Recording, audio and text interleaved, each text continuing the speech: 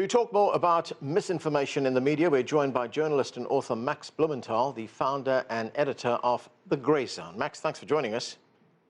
Thanks for having me on. This coronavirus outbreak has spawned a whole new wave of conspiracy theories. It seems almost every day there's a new one.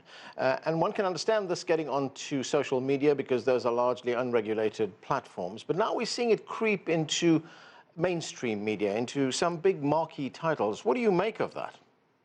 Well, I especially want to thank you for having me on because no U.S. network, no independent U.S. network will have me on to debunk this conspiracy theory, which is being rolled out in mainstream media and pushed by the Trump administration, specifically by Mike Pompeo's State Department. It seems that no debate is allowed when the U.S. regime change elite wants to roll out a conspiracy theory. But if a Chinese official, for example, the spokesperson of the Chinese Foreign Ministry, introduces one about the virus escaping from Fort Detrick, all hell breaks loose and U.S. media is filled with condemnations.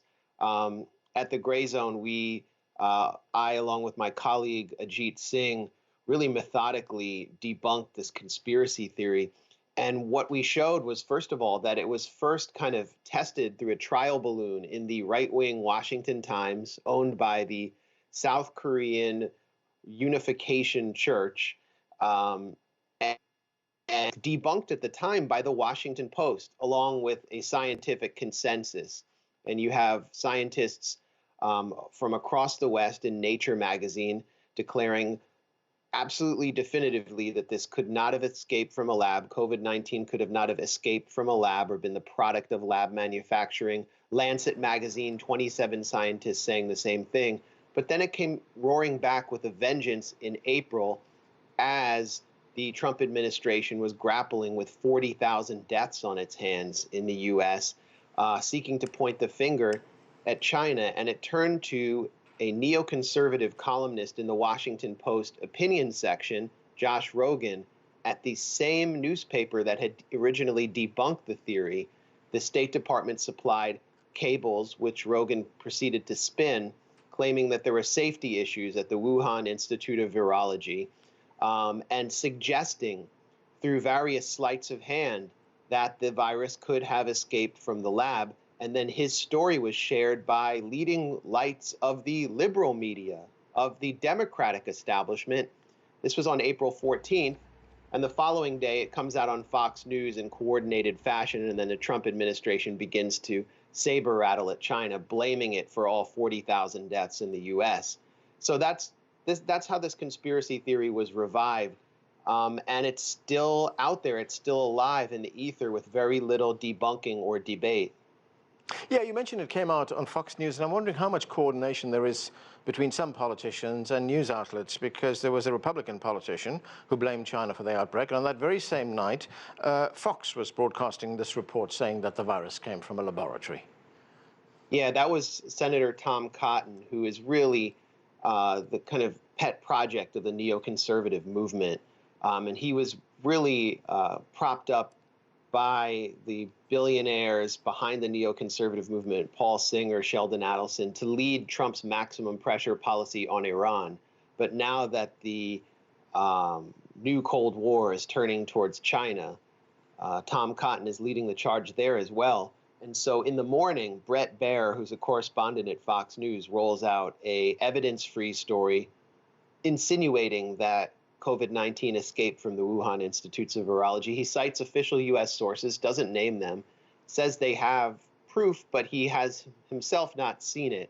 And that night, Tom Cotton appears on Sean Hannity, the primetime Fox opinion show, and declares that China's responsible for every death. They have blood on their hands, and they have to pay the price. So this is obviously coordinated. And as I mentioned the day before, the Washington Post's columnist, Josh Rogin, a neoconservative who previously worked at the Japanese embassy, who has hung out with, is close friends with Orion Strategies, the lobbying firm which has had the contract for Taiwan. He received the State Department cables from Mike Pompeo's State Department to insinuate that there were safety issues at the Wuhan lab. So this whole thing was coordinated by the Trump administration, through the media, and then it comes back to hardliners like Tom Cotton.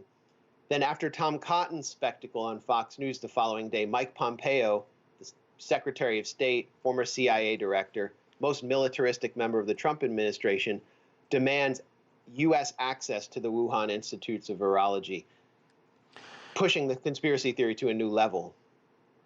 You know, there are so many echoes here, listening to you there, of what happened in the build-up to the Iraq War. In fact, in your piece, you compare this media onslaught with the one that tried to legitimize that Iraq War. Yeah, Josh Rogan here played the role of Judith Miller. Judith Miller was the New York Times correspondent who basically was the cipher or the sort of human bulletin board for neoconservative propaganda about Iraq possessing weapons of mass destruction, which provided the justification for the invasion of Iraq. They had derived that phony intelligence from a Iraqi defector named Curveball, who turned out to just basically be a paid asset who was lying. And Miller, through the New York Times, provided this neoconservative deception with the veneer of mainstream respectability. And it allowed the Bush administration, and specifically the neocon civilians in the Pentagon, to sell that story throughout the Beltway, including to Democrats. So you saw Hillary Clinton and Senator Joe Biden advancing the WMD lie on the Senate floor. And that's what's happened here with the Washington Post and Josh Rogan. And again, there's been no pushback. That's why we did what we did at the Grayzone, methodically dismantling this conspiracy theory, and no U.S. network will allow us to come on and debunk it. When you look at this kind of reporting, Max, I mean, what are the dangers in reporting this kind of, well, unhinged conspiracy theories? Where we're hurtling full speed towards a new Cold War with a nuclear-armed, rising economic power that could quickly become a hot war. If anyone knows the history of the tension around Taiwan, anything could happen. The U.S. has, through the pivot to Asia, sought to encircle China with its navy and with military bases from Korea to Japan and elsewhere. So this is really a dangerous situation. And when you start accusing a powerful new rival of essentially manufacturing a disease that's killing tens of thousands of Americans, you're not only kind of invoking a yellow peril in the U.S. where Asian Americans are being targeted with hate crimes, you're using extremely militaristic rhetoric that could lead toward world war. Obviously, that's not in the cards right now, but it's something every American should be concerned about. And then beyond that, you have an element in the national security state which is seeking to justify record defense spending at the expense of America's healthcare system, which is in a state of catastrophe right now, as the coronavirus crisis clearly reveals. There was also some support for the Washington Post reporting from the Columbia Journalism Review. I mean, many people consider this to be a serious journal about the practice of journalism. Did that surprise you?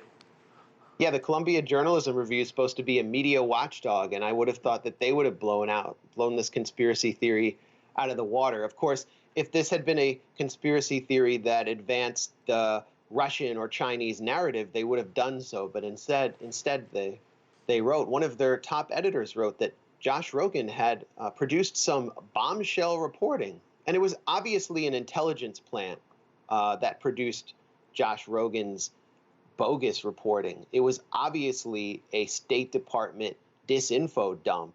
But it wasn't just the Columbia Journalism Review. It was Chris Hayes, who's supposed to be the smart guy at MSNBC, who is sort of on the center left. It was Charles Blow, a vehemently anti-Trump New York Times columnist, who shared this phony story. I saw a BuzzFeed editor share it and declare that it's absolutely plausible that the virus could have escaped from a Chinese lab.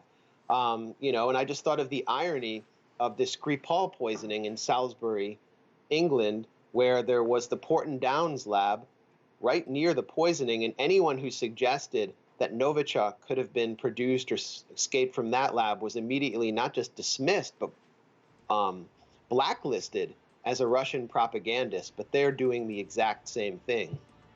Max, thanks so much for joining us. Thanks for having me.